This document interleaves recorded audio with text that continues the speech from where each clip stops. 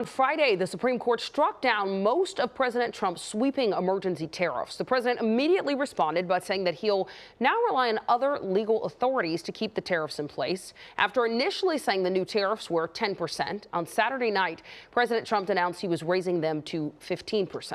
For a closer look at the impact tariffs are having on your wallet and the lack of impact on the trade deficit, we're now joined by Vice President of Federal Tax Policy at the Tax Foundation, Erica York. Thank you so much for being with us this morning. Thank you. Can we start with the impact on our wallets? I heard in an interview you say tariffs are technically a tax on consumers. Can you explain why that is and how much families are now going to have to pay? Tariffs are a tax that are applied to U.S. imports. So when an importer in the United States purchases something from abroad, they have to pay a tax to the U.S. government on that.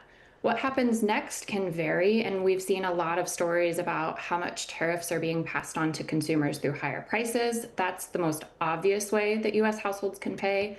But tariffs can also cost us in more hidden ways through their impact on the labor market.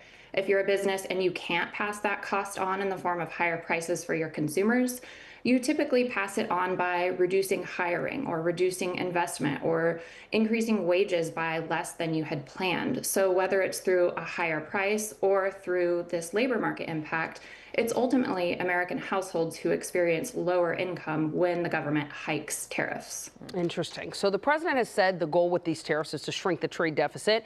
And while it's down a decent amount from 2022, there's really no major shift between 2024 and 2025. Can you lay out those numbers for us? Most economists predicted that the tariffs wouldn't fundamentally change the trade deficit. And when the final numbers came out just last week on where the trade deficit landed for 2025, that's exactly what happened. The goods trade deficit was actually higher than it was in 2024, while the overall trade deficit, which includes service trade, was slightly down, but not meaningfully. And the reason is because while tariffs have a really obvious impact on imports, they discourage us from buying more things from abroad, they also have a discouraging effect on exports, or the things that U.S. businesses sell to foreign suppliers. So when you do a policy like tariffs, you do discourage imports, but in turn, you also discourage exports. So you don't really change the balance of trade, you just reduce trade overall. And that's exactly what we saw happen with the tariffs that were imposed last year.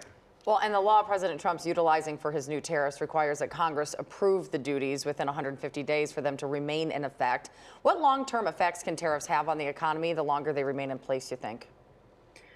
So tariffs will reduce U.S. output, they'll reduce investment, they'll reduce wage growth from where it would have been.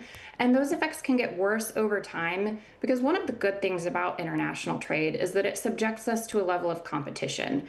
It rewards business owners who can innovate and find better ways to serve consumers' needs.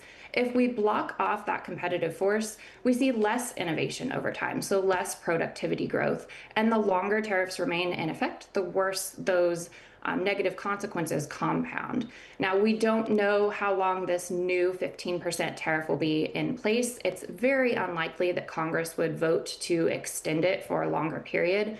But it's also likely that President Trump and the administration will find new ways to impose tariffs after these expire over the next 150 days. Okay, well, we appreciate you being here and kind of breaking this all down for us.